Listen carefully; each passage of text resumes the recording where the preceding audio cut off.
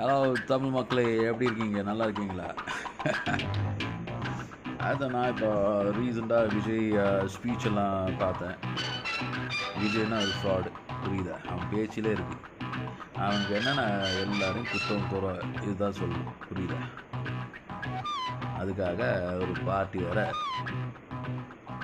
இருக்கு அவனுக்கு. விஜய் எல்லாம் இந்த வாட்டி ஜெயிக்கலாட்டி அவன் அப்புறம் காணாமல் போயிடும். அவனுக்கு இருக்காது. வந்த உடனே அவனுக்கு சிஎம் ஆகும்.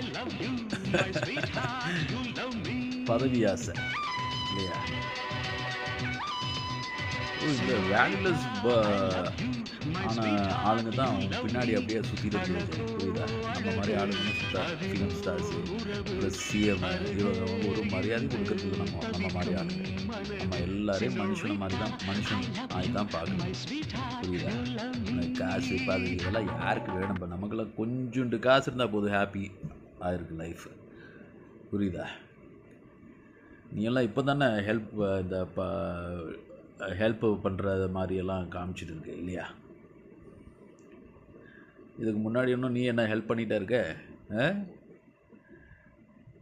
வாழ்க்கை பூரா நடிச்சுட்டே இருக்கிறது இல்லையா விஜய்? விஜய் சீமன் இவங்க மாதிரி ஆளுங்கள்லாம் சீஃப் மினிஸ்டராக வந்தேன்னா அவ்வளோதான், தமிழ்நாடு ஆயிடுச்சு. இவங்கெல்லாம் டிவைட் பண்ணுற ஆளுங்க. மனுஷனாக பார்க்க தெரியாது, புரியுதா? நம்ம religion, country, state, language, colour, every thing is references. நம்ம ரெஃபரன்ஸ், நம்ம ஐடென்டிட்டி கிடையாது. நம்ம ஐடென்டிட்டி நம்ம ஒரு மனுஷன், புரியுதா? மனுஷனாக தான் பார்க்கணும். ஸ்டாலின் அவர் பையன் எல்லாம் எனக்கு ரொம்ப பிடிக்கும். ஏன்னா அவங்கெல்லாம் மனசால் பேசுகிறது, தலை வச்சு பேசுகிறது இல்லை.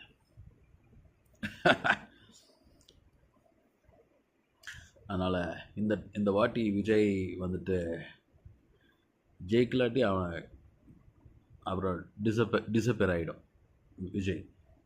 ஆனால் அவன் இருக்கணும், அவன் காசெல்லாம் அப்படியே செலவாகிடும். அவர் முட்டாள், அவன்ல வாழ்க்கை பூரா சிஎம் ஆகாது, வேணா பார்த்துக்க இல்லையா?